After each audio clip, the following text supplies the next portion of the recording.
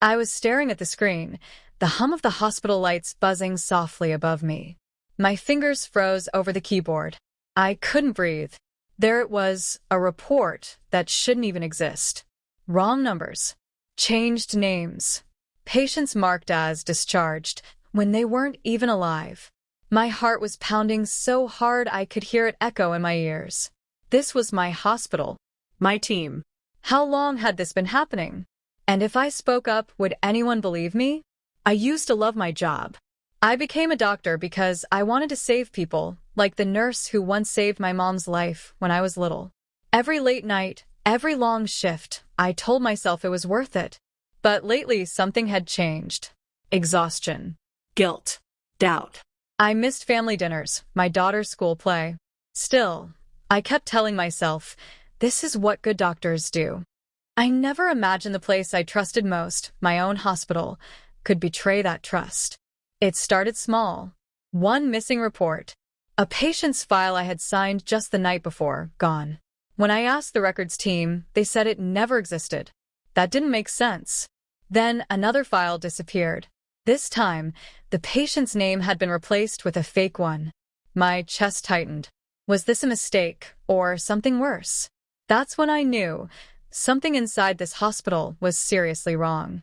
I started digging. Quietly. Late nights. Locked office doors. Every click felt dangerous. Every footstep made my heart race. I copied files, printed reports, hid them in my bag. And the more I found, the worse it got. Fake names, missing drugs, forged signatures. Someone powerful was behind it. And if they found out what I was doing, I could lose everything. Still, I couldn't stop. Once you see the truth, you can't unsee it. Then one morning, everything crashed. I was called into the director's office. My badge deactivated. My computer locked. They said I'd violated hospital policy. Rumors spread fast.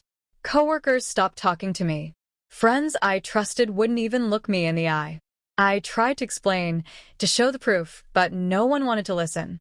They said I was angry, unstable, maybe even jealous.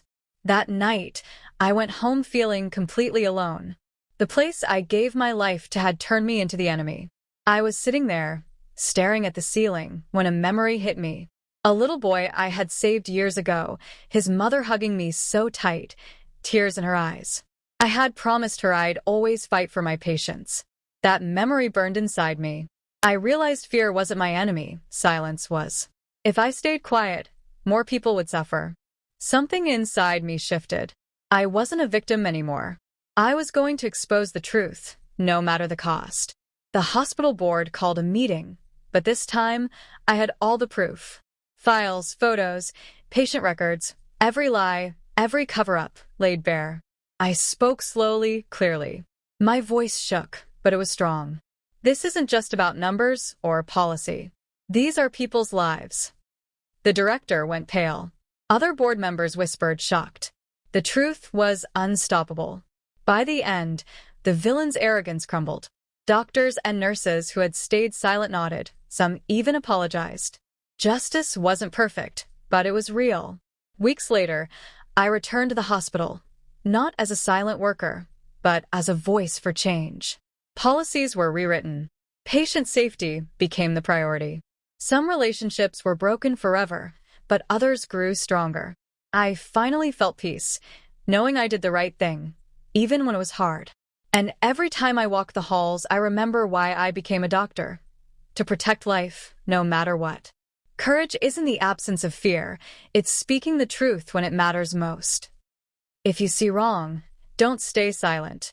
One voice can change everything. Don't stay quiet. Drop a comment, hit like, and subscribe. And share this with someone who needs to hear it. Sometimes, just one voice can make a difference.